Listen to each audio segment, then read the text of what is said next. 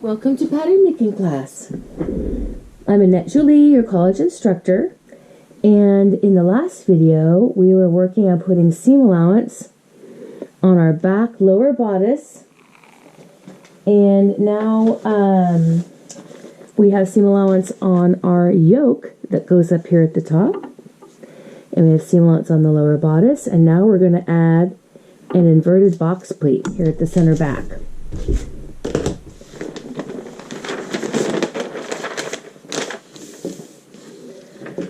So here, this is your center back.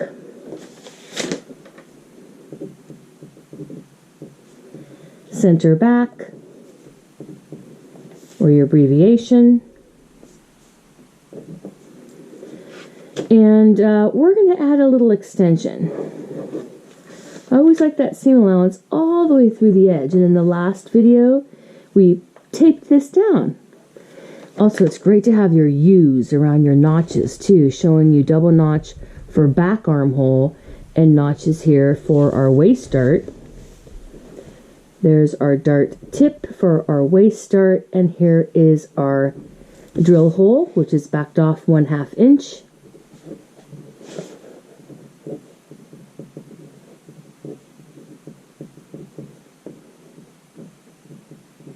Getting back to what we were doing.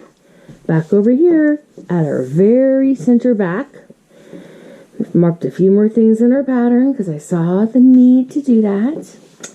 We can extend however much we want to for our inverted box pleat or our center back pleat or shearing. Okay, there's lots of different choices. So I'm going to go ahead and extend 2 inches and draw a line. And I'm going to give myself another line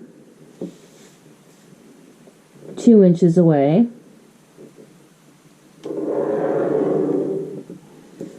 Okay, then I'm going to divide this up again and draw lines in between. Let me straighten out the end of that one line there. So what do I have? I have 4 lines. These are parallel. And this is going to function, like I said, as an inverted box pleat or a box pleat. And extend out my seam allowance. Extend out my seam allowance down here at the waist.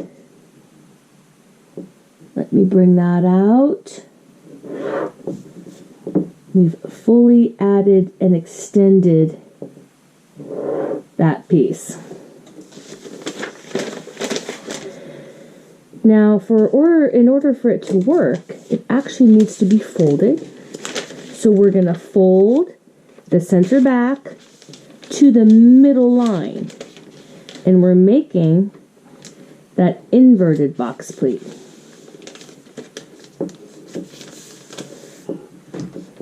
Okay, weight or tape that down. Then we have the other side. We need to fold this line into the middle as well. So you can crease the other side.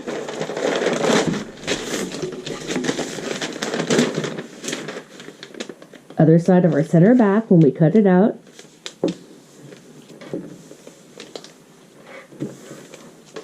Bring that line into the center.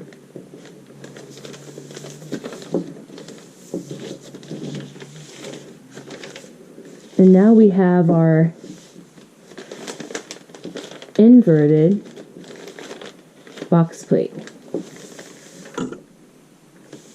Okay, but it's no fun until we have the other side of the pattern. So why don't we go ahead and cut that out.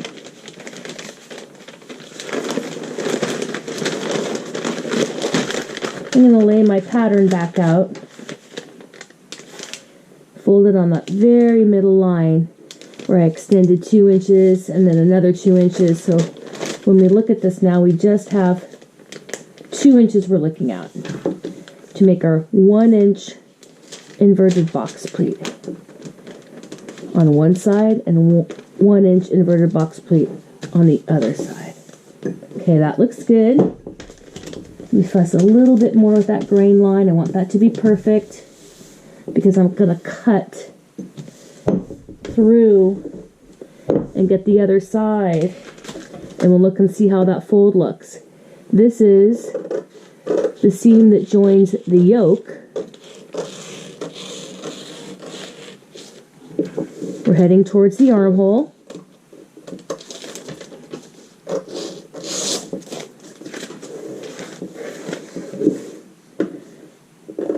We're going to cut our armhole.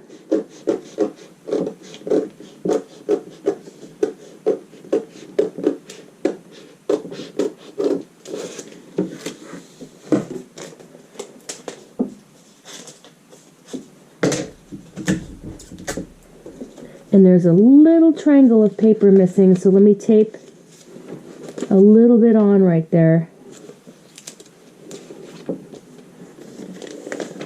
Now we're going to cut our side seam.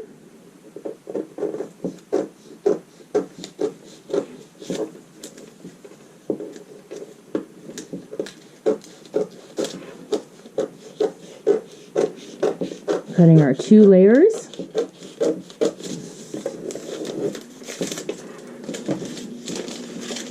Let's get down here to the waist. Trim up that armhole. There's a little bit of extra paper there, right at the top. And now we're back down to the waist. Waist dart. And then we have our inverted box pleats.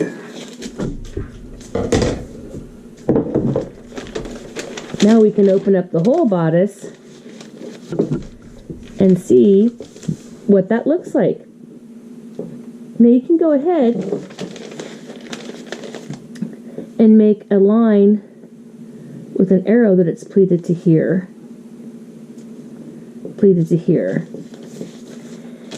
And literally, this is center back, this is center back, and this is center back because they all line up together, just like that.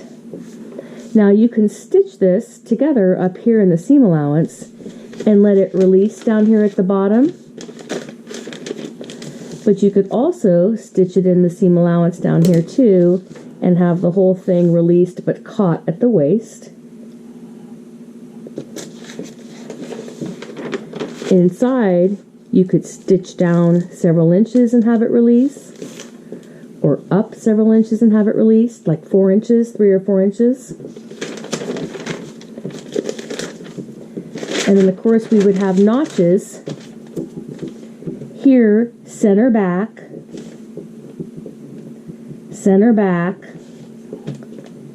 and center back.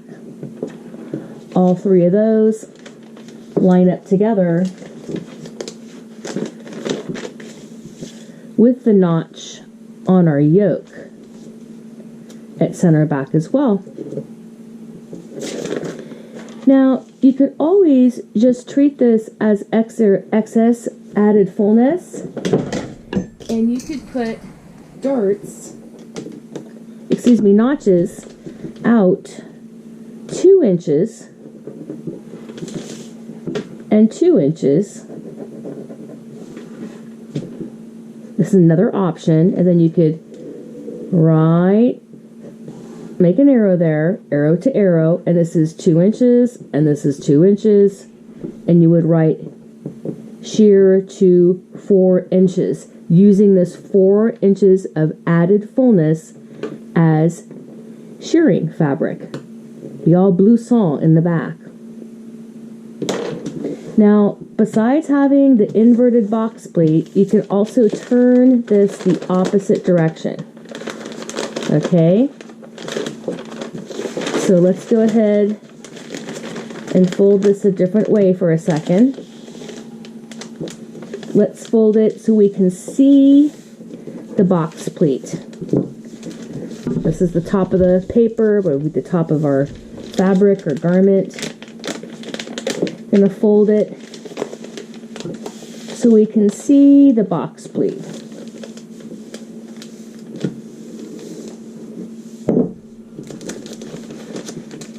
And this would be stitched at the top. And now you have a box pleat as opposed to an inverted box pleat. So you have shirring, box pleat, inverted box pleat, and they would all sew back to our yoke with ease. This is Annette Julie, and I look forward to you checking out one of my next videos. Have a good one.